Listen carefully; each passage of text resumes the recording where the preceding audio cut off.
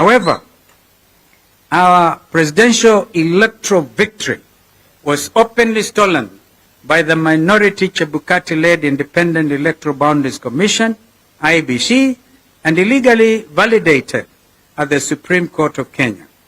In the National Assembly, our majority coalition numbers were unlawfully and systematically reduced to mirror the farce of a stolen election.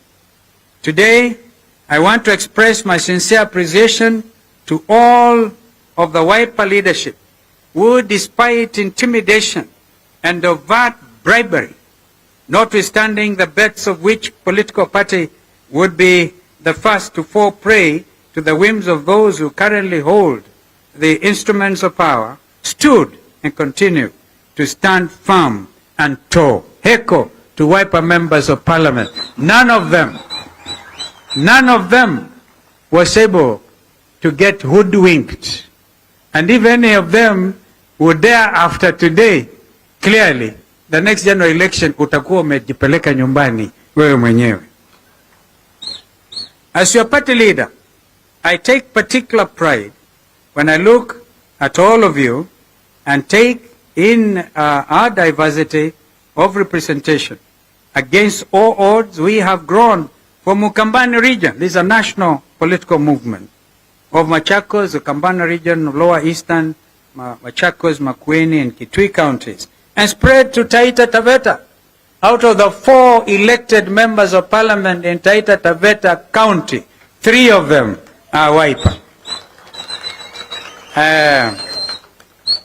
And of course, you also spread to Tana River, to Nairobi. That's why you have Mawathe and Embakasi South and other places. To Kajiado, to Embu, Busia, Kisii. Now I know where you come from. Now we know the culprit.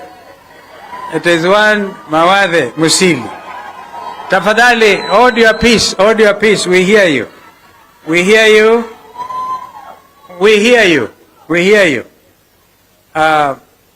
You know, ndugu Raila Wakamba na msemo that an animal smells exactly like the forest from which it slept the previous night.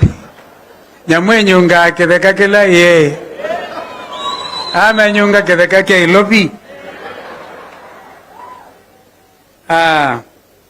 So, I can talk of Garissa, Wajir, Waibe's presence in 14 counties, and as a movement, I honestly believe this is just the beginning. But we might, in the interest of this nation and growth of democracy and deepening of our gains, have to operate now perhaps. And this is my challenge to the leadership of Azimio. We now must move with speed, consolidate Azimio National Secretariat, and be able to see whether going forward we will not give Azimio #1 priority. To our 3 elected governors, the 3 deputy governors, our 4 senators in this Lower Eastern region, 23 members of National Assembly, apart from the council, I think we're about 30, 4 county women members of parliament, 3 speakers of county assemblies, and 111 members of county assemblies. I salute you all and loudly say, hongereni, hongera, hakika tutaweza, na hakika muliweza. I would also like to pay tribute to all those who sought elective office on a Waibe ticket across the country, but unfortunately did not prevail. William Shakespeare, in one of my favorite plays, Romeo and Juliet, wrote, I quote, "There is an old saying that applies to me. You can't lose a game if you don't play the game." End of quote. So, at the end of the day, you are the next lot of leaders. And to be honest with you, as Waibe, not to frighten our colleagues, our big brother ODM, if we move the way we did, we would even take over Kisii in Nyamira. I know we have MCAs from, did they come? Mheshimiwa Ndonya Aburi, oh there she is, the Kisii county women representative on Waibe. But they worked very closely with the ODM